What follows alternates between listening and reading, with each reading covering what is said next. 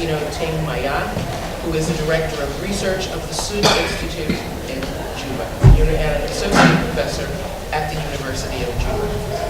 He is a lost boy who settled in Salt Lake City, Utah in 2001, and he is leading one of the premier South Sudanese think tanks, which he co-founded in 2012. He is engaged in a number of research projects, and both Princeton and Agostino are going to give us our views on the situation on the ground. Thank you very much, and good morning. It's a pleasure to present here at this setting as a South Sudanese coming from home, spending years there doing work, NGO work, analytical work, and teaching at the university, and to be able to share my thoughts with respect to the current affairs in my country and what could be done by the South Sudanese that are here as well as American friends. And so I was asked to speak on the work of the NGO industry in South Sudan. And so Ambassador Princeton sort of spoke to some of the humanitarian issues that the NGO communities deal with in the country. I'll speak somewhat on those issues, but not as much as I would do with respect to what the analytical community does in supporting development as well as humanitarian in South Sudan. So first of all, for those that are not familiar with the NGO work in South Sudan, South Sudan has over 380 NGO institutions covering both local and international. And the work is centered around two things. One is development, and the other one is humanitarian. And as you know, the current situation of the country, it's basically a reflection of animosities across the board, people fighting each other. The shift towards humanitarian effort has been greater in the last few years. And so there has been literal development in the country. And as Ambassador Princeton has spoken to some humanitarian situations affecting the country, such as displacement and a need for food for over 5 million individuals. This, you can tell, has removed so many resources from what would be considered sustainable development.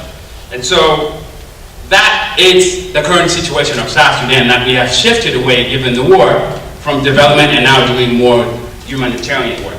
But what exactly do we do as an analytical community? And that's the work of the Sudan Institute, the work of the university, as well as at the centers like Ebony Center.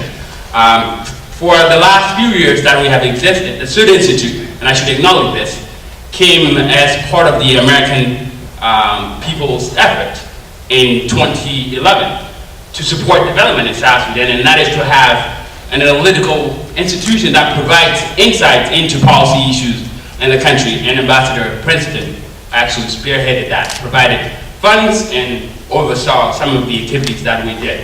And so that's an acknowledgement that I would like to lay out for the American people in terms of supporting the work of NGOs, and especially the local institutions.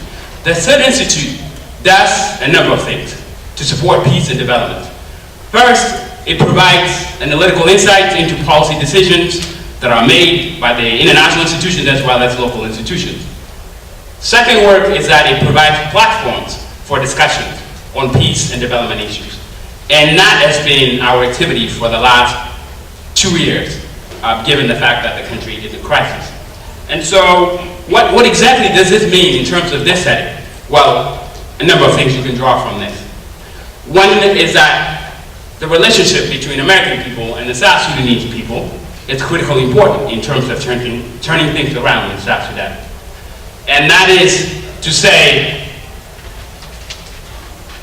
there is need for sustained support, not just for humanitarian activities in the country, but also for analytical institutions and development institutions to be able to speak to the issues of peace, be able to speak to the issues of security, to be able to speak to issues of governance that are critically important. Because much of the discussion in South Sudan is not only centered around returning peace, it's also centered around sustaining it when it returns. And you cannot sustain it without having this support in place. And so this gathering here, I think, is an opportunity to lay out some of the things that we can do at the youth that are future leaders to support the country.